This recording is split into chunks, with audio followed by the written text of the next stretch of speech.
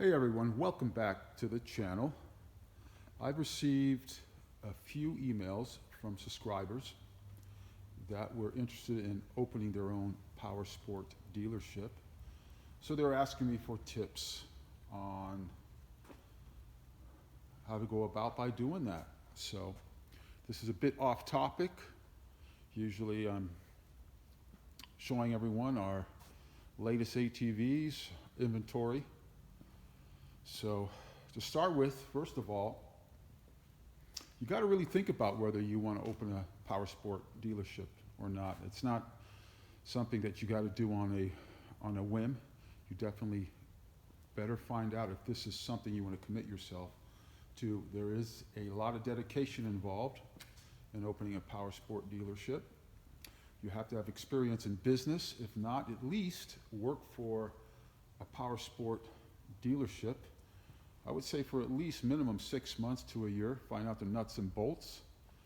And then from there on, definitely you'll need some seed money, or if you had a savings, you can start from there. You definitely need a minimum, I would say, to start decently, a minimum of $50,000 to get started. So that'll definitely get you some inventory as well as leasing a space, commercially zoned. Now, again, you want to find the right demographic for that area of POWERSPORT that you're planning to do business, whether it be motorcycles, watercraft, off-road, dune buggies, go-karts, etc. So find your little niche or all of the above.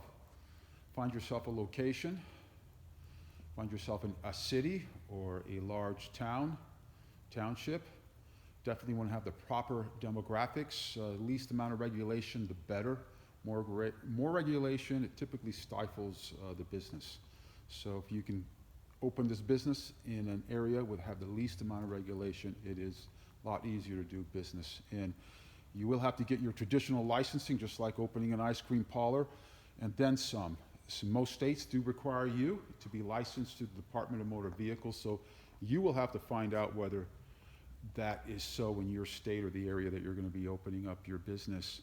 Now you have options. You can search for distributors that are looking for new franchisees in their area, or you can buy an existing business, call up various POWERSPORT dealers, see if they're interested in selling their business. Also, you can buy, as I mentioned, existing franchises or start your own from new. Buying and purchasing an existing business, usually you will be purchasing the existing goodwill as well as the inventory in the business. So that's something you'll have to decide on your own, which direction you want to go. There's great opportunity in this business. Again, find a location, a demographic that would be a good fit, good match for your business, POWERSPORT business. Again, in a state, city, or area with the least amount of regulation is usually the best. If you can't avoid that, then so be it, but then you make the best of it. Again, you'll have to find a commercial location, which will be zoned for POWERSPORTs. Frontage is usually the best, so you can place vehicles near a busy street, thoroughfare, boulevard.